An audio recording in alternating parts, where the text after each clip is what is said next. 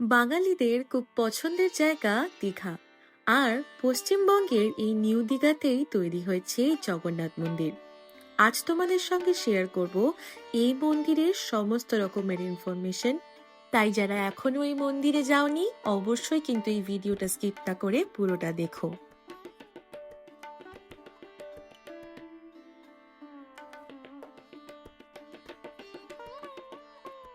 Hello everyone, welcome back to my channel.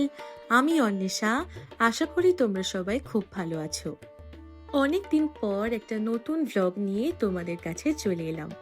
তোমরা যারা আমার চ্যানেল ফলো করো বা আমার আগের ভিডিওটা নোট করেছো, তারা অবশ্যই বুঝবে যে আমি রিসেন্টলি মানে 2025-এর ডিসেম্বরে দীঘা বেড়াতে গেছিলাম।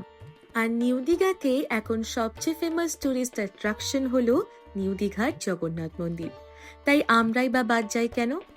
আজ তোমাদের সঙ্গে এই ব্যাপারে কিছু ইনফরমেশন শেয়ার করব, যাতে তোমরা যারা এখনো যাওনি তাদের জন্য কিছুটা হলেও হেল্প হয়। প্রথমেই বলে রাখি, যারা 4 হুইলার নিয়ে এই মন্দিরে যাচ্ছ তাদের জন্য এই স্পেসটা কিন্তু পার্কিং স্পেস হিসেবে অ্যালট করা হয়েছে, এবং এখানে তোমরা সম্পূর্ণ বিনামূল্যে মানে উইদাউট এনি ফি গাড়ি রাখতে পারো, তবে অবশ্যই নিজের দায়িত্বে।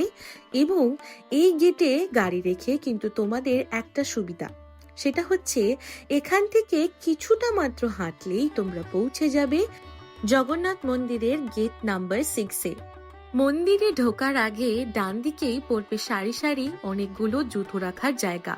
সেখানে কিন্তু তোমরা আবারও উইদাউট এনি কস্ট জুতো রাখতে পারো, এবং তোমাদেরকে একটি টোকেন দেওয়া হবে, তোমরা সেটা নিজেদের কাছে সামলে রাখলে আবারও তোমরা মন্দির থেকে বেরিয়ে তোমাদের জুতোগুলো কালেক্ট করে নিতে পারবে। অথবা মন্দিরের ঠিক উল্টো দিকেই রয়েছে পূজা সামগ্রী কেনার দোকান। তোমরা সেই দোকানের সামনেও তোমাদের কোনো ভরসামান ব্যক্তির কাছে তোমাদের জুতো রেখে যেতে পারো। এবং আরেকটা কথা বলে রাখি, মন্দিরের ভেতরে ঢোকার সময় কিন্তু বড় ব্যাগ থাকলে সেটা চেকিং হয়, তাই অবশ্যই কিন্তু ব্যাগ চেকিং করানো বাধ্যতামূলক। আমি বলবো বড় ব্যাগ থাকলে সেটা তোমাদের গাড়ি বা কারোর কাছে দিয়ে যাওয়াই ভালো। মন্দিরে ঢুকেই বাঁ দিকে রয়েছে অনেকগুলো কল, সেখানে তোমরা তোমাদের হাত বা পা ধুয়ে নিতে পারো, যেহেতু আমরা জুতোতে হাত দিই সেই জন্যই। তোমরা চাইলে এই মন্দিরে পূজাও দিতে পারো, তাই পূজা সামগ্রীর যত কিছু জিনিস সেইটা কিন্তু মন্দিরে ঢোকা ঠিক অপোজিটেই মানে ডান দিকে একটি দোকান রয়েছে, সেখান থেকে তোমরা তোমাদের পূজা সামগ্রী টাকা দিয়ে কিনতে পারো। পশ্চিমবঙ্গের পূর্ব মেদিনীপুর জেলার নিউ দীঘায় অবস্থিত এই বিশাল জগন্নাথ মন্দির এখন টুরিস্টদের কাছে মেন অ্যাট্রাকশন। এই মন্দিরে কিন্তু এখন প্রতিদিন প্রচুর ভক্ত ও পর্যটকরা আসে। মন্দিরের নকশা এবং ব্যবস্থা পুরীর জগন্নাথ মন্দিরের মতো করা হয়েছে, সেটা তোমরা আশা করি ভিডিওতে দেখি বুঝতে পারছো। এবার তোমাদেরকে বলি এই জগন্নাথ মন্দিরের টাইমিংস গুলো। এই মন্দিরটি খুলে যায় বা ওপেন হয় ভোর 5টা এবং 12:30 থেকে 1টা দুপুর অবধি খোলা থাকে। দুপুরে কিছুটা বিরতি থাকে, মানে 12:30 থেকে 4টে অবধি। আবার এই মন্দিরটি খোলে সন্ধেবেলায় 4টে থেকে 8:30, কোনো দিন 9টা অবধিও খোলা থাকে। তোমাদের মধ্যে যারা আরতি ও পূজা পাঠ দেখতে পছন্দ করো তাদের জন্য বলে রাখি, দুবার আরতি হয়, একবার সকালে এবং একবার সন্ধ্যায়। সকালে আরতি শুরু হয় সকাল 6:30 থেকে এবং সন্ধেবেলায় আরতি শুরু হয় সন্ধে 6:30 থেকে। এছাড়াও এই মন্দিরে তাদের ভক্তদের জন্য রয়েছে বিভিন্ন সময় বিভিন্ন রকমের পূজা ও ভোগের ব্যবস্থা। এই মন্দিরে ঢোকার জন্য কিন্তু কোনো রকম এন্ট্রি ফি নেই। তোমরা সম্পূর্ণ বিনামূল্যে এই মন্দিরটি ঘুরে দেখতে পারো। সমস্ত ধর্ম, জাতি ও পটভূমির মানুষের জন্য কিন্তু এই মন্দিরটি খোলা, এবং তোমরা এই মন্দিরে কিন্তু তোমাদের নিজের ইচ্ছা মতো দানও করতে পারো। তোমাদেরকে আগেই যেমনটা বললাম, এই মন্দিরে কিন্তু প্রসাদ ও ভোগের ব্যবস্থা আছে, তাই নির্ধারিত কাউন্টার রয়েছে, সেখানে গিয়ে কিন্তু তোমরা তোমাদের প্রসাদ বা ভোগের টোকেন কাটতে পারো টাকা দিয়ে। ছবি বা ভিডিওর কথায় আসি, মন্দিরে কিন্তু শুধুমাত্র বাইরের অংশেই ফটো বা ভিডিও তোলার পারমিশন রয়েছে। এই মন্দিরের যে ভিতরের স্থান বা কক্ষগুলো আছে, সেখানে কিন্তু কোনো রকম ফটো ভিডিও করা অ্যালাউ নেই। যদিও মোবাইল নিয়ে যাওয়া অ্যালাউ, কিন্তু ফটো ভিডিও করা অ্যালাউ নেই। মন্দিরের বাইরে রয়েছে ভগবান বিষ্ণুর বিভিন্ন রকমের অবতারের বিভিন্ন রকমের মূর্তি। আর যে তিনটে মন্দির তোমাদেরকে বাইরে থেকে দেখাচ্ছি, এর ভিতরেই কিন্তু রয়েছে জগন্নাথ, বলরাম ও সুভদ্রার মূর্তি। এই মন্দিরটি 2025 সালের 30শে এপ্রিল উদ্বোধন করা হয়েছে, তাই বুঝতেই পারছো চারিপাশটা দেখে এখনো কিন্তু যথেষ্ট পরিষ্কার এবং নতুনই লাগছে। তোমাদের মধ্যে যারা যারা পুরীর জগন্নাথ মন্দির ঘুরে এসেছো, তারা তো খুব ভালো করেই বুঝতে পারবে এটি তার হুবহু কপি পেস্ট।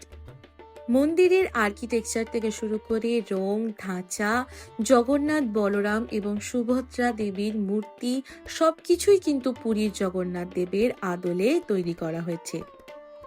এই মন্দিরেও কিন্তু নিয়মিত জগন্নাথ, বলরাম এবং সুভদ্রা দেবতাদের পূজা নির্মাণ করা হয়।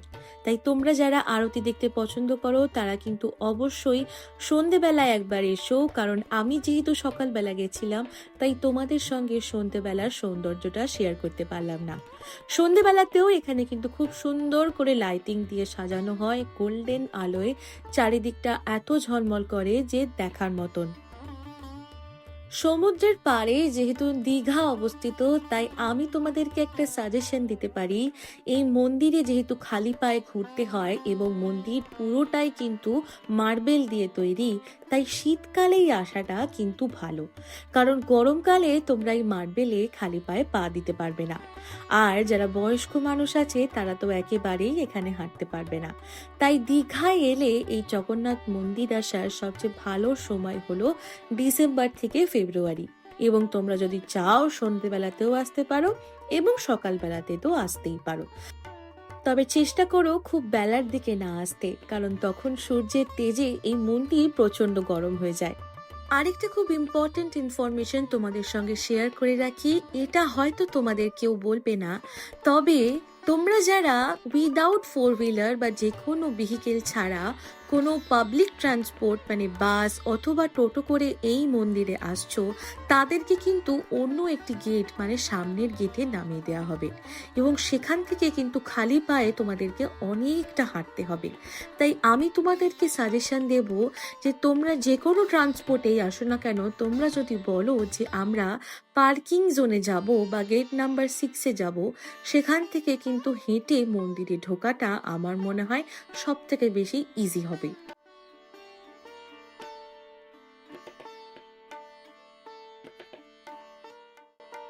সামনের এই মন্দিরটিতে দেয়া হচ্ছিল বিনামূল্যে প্রসাদ, তাই যারা জগন্নাথ দেবের প্রসাদ খেতে চাও, তারা কিন্তু এখান থেকে কিছুটা হলেও কালেক্ট করতে পারো। এই মন্দিরে কিন্তু ভক্তদের জন্য অনেক রকমের মিষ্টিও বিক্রি হয়, যেমন গজা, প্যাড়া, লাড্ডু এবং আরো অনেক কিছু। তোমরা তোমাদের নিজেদের ইচ্ছে মতন টাকা দিয়ে কিন্তু সেগুলো মন্দিরের এই আশপাশ থেকেই সংগ্রহ করতে পারো। যারা আমার এই চ্যানেলে নতুন ভিজিট করছো, তাদেরকে বলে রাখি, অবশ্যই কিন্তু ভিডিওটা ভালো লাগলে আমার চ্যানেলটা সাবস্ক্রাইব করে নিও এবং পাশে থাকা বেল আইকনটা ক্লিক করে নিও, যাতে নেক্সট টাইম থেকে আমি কোনো ভিডিও আপলোড করলে তোমাদের কাছে সবার আগে নোটিফিকেশন চলে যায়। আর এই ভিডিওটা ভালো লাগলে অবশ্যই কিন্তু লাইক, তোমাদের পছন্দ মতন কমেন্ট এবং ফ্যামিলি ফ্রেন্ডসদের সঙ্গে শেয়ার করতে ভুলো না। আর আমাকে কিন্তু অবশ্যই জানিও যে তোমাদের মধ্যে কারা কারা দীঘার এই জগন্নাথ মন্দিরে ভিজিট করেছো এবং কতজন এই ইয়ারে মন্দিরটি দেখতে যাচ্ছ। যেহেতু ভিতরে কোনো ফটো বা ভিডিও করার অ্যালাউ নেই, তাই তোমাদের সঙ্গে দেবতাদের একটি বাইরে থেকেই ফটো শেয়ার করলাম। আরেকটা খুব গুরুত্বপূর্ণ জিনিস যেটা আমি এই মন্দিরে গিয়ে লক্ষ্য করলাম, সেটা হচ্ছে এই মন্দিরটি কিন্তু খুবই পরিষ্কার পরিচ্ছন্ন এবং মন্দিরের বিভিন্ন প্রান্তে রয়েছে ডাস্টবিন। এই ভিডিও রিলেটেড সমস্ত রকমের ইনফরমেশন আমার এই ভিডিওর ডেসক্রিপশন বক্সে আমি লিখে দিয়েছি, এবং এই মন্দিরের গুগল ম্যাপের লিঙ্কও কিন্তু আমি দিয়ে রেখেছি। তাই তোমরা চাইলেই অবশ্যই কিন্তু ভিডিওর ডেসক্রিপশন বক্সটা একবার চেক করে নিও।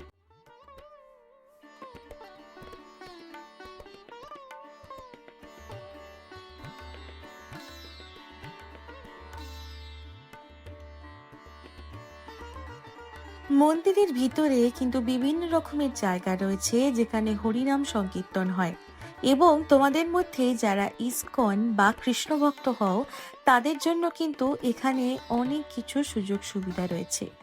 বিভিন্ন রকম মানুষ ইসকন থেকে এসে এখানে তাদের বিভিন্ন বই কিন্তু বিক্রি করছেন। তাই চাইলে তোমরা এই স্টলগুলো ভিজিট করতে পারো বা ওনাদের সঙ্গে কথা বলতে পারো। তাদেরও কিছু ভক্তের পাঠ বা আরতি হয়, সেগুলো কিন্তু তোমরা অ্যাটেন্ড করতে পারো। আমাদের মন্দির ভ্রমণ এখানেই শেষ হলো, আর ভিডিওটাও এখানেই শেষ করছি। তোমাদের এই ভিডিওটা কেমন লাগলো আমাকে কমেন্ট করে অবশ্যই জানিও, আর ভিডিওটা ভালো লাগলে লাইক এবং শেয়ার করতে ভুলো না। আজকের মতন এটুকুই, আমি আবার চলে আসবো আরেকটা অন্য ভিডিও নিয়ে। Bye bye.